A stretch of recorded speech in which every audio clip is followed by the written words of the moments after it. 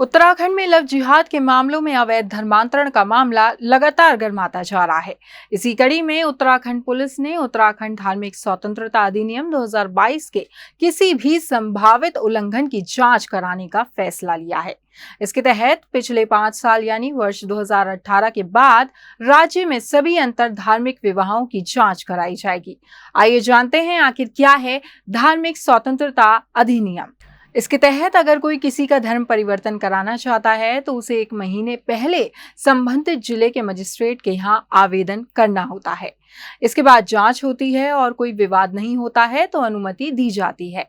बताते चलें कि इस अधिनियम में जबरन धर्म परिवर्तन कराने पर कम सजा का प्रावधान था, लेकिन अब साल 2022 में अधिनियम में संशोधन कर 50,000 रुपए जुर्माना और 10 साल तक की सजा का प्रावधान कर दिया गया है।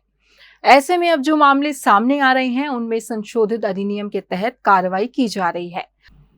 बताया ये भी जा रहा है कि 2018 में अधिनियम लागू होने के बाद अंतरधार्मिक सभी विवाहों को जांच के दायरे में लाया जाएगा।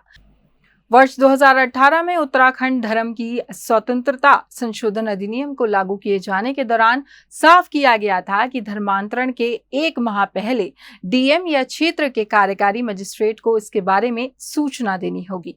इसे अनिवार्य रूप से लागू किया गया। धर्म परिवर्तन करने वाले व्यक्ति के अलावा अधिनियम में धर्म परिवर्तन की सुविधा देने वाले धार्मिक व्यक्ति के लिए भी यही प्रावधान जरूरी कर दिया है।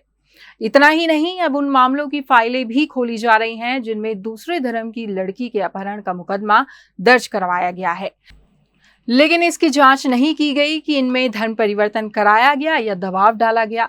करा भी दिया गया तो इजाजत ली गई या नहीं।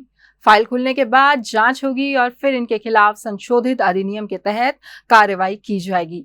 वहीं नाबालिग के अपहरण के मुकदमे में आरोपी जेल चले जाते हैं, लेकिन युवतियों के अपहरण में रजामंदी को आधार बनाकर शादियां तक हो जाती हैं। ऐसे में माना यह भी जा रहा है कि इसकी जद में कुछ शादियां भी आ सकती हैं। आइए जानते हैं कि अब तक कितने मुकदमे दर्ज हुए हैं। साल 2018 के बाद अब तक पूरे राज्य में 18 मुकदमे धार्मिक स्वतंत्रता अधिनियम के तहत दर्ज हुए हैं। इनमें से 11 मामलों में चार्जशीट दाखिल हो चुकी है, जबकि 1 एफआईआर बंद की जा चुकी है। 1 मामले में फाइनल रिपोर्ट लगी है और 5 की विवेचना चल रही है।